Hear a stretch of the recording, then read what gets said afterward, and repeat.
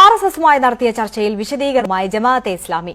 ഭരണകൂടത്തെ നിയന്ത്രിക്കുന്നവരെന്ന നിലയിൽ ആർഎസ്എസുമായി ചർച്ചകൾ വേണ്ടിവരുമെന്ന് Jamaat-e Islami national secretary general T Arif Ali വ്യക്തമാക്കി. ചർച്ചയെ വിവാദമാക്കുന്നവർക്ക് ഗൂഢലക്ഷ്യങ്ങളുണ്ടെന്നും ജമാഅത്തെ ഇസ്ലാമി ആരോപിക്കുന്നു. ജനുവരി 14 ഡൽഹിയിൽ വെച്ചായിരുന്നു ആർഎസ്എസ് നേതൃത്വവുമായി ജമാഅത്തെ ഇസ്ലാമി ഉൾപ്പെടെയുള്ള മുസ്ലിം സംഘടനകൾ ചർച്ച നടത്തിയത്. ചർച്ച വിവാദമായതിനെ തുടർന്ന് ജമാഅത്തെ ഇസ്ലാമി നേതൃത്വം വിശദീകരണവുമായി രംഗത്തെത്തുകയായിരുന്നു. മുൻ തെരഞ്ഞെടുപ്പ് കമ്മീഷണർ എസ്.വൈ. ഖുറേഷി ബന്ധപ്പെട്ടതിന്റെ അടിസ്ഥാനത്തിലായിരുന്നു ചർച്ച. ജമാഅത്തെ ഇസ്ലാമി മുന്നോട്ട് വെച്ച ഉപാധികൾ ആർഎസ്എസ് അംഗീകരിച്ചതിനെ തുടർന്നാണ് ചർച്ചയിൽ പങ്കെടുത്തതെന്ന് national secretary general T Arif അലിയുടെ ഫേസ്ബുക്ക് പോസ്റ്റിൽ പറയുന്നു. കേന്ദ്ര സർക്കാരിനെ നിയന്ത്രിക്കുന്നത് ആർഎസ്എസ് ആയതുകൊണ്ട് ചർച്ചകൾ അനിവാര്യമാണ്.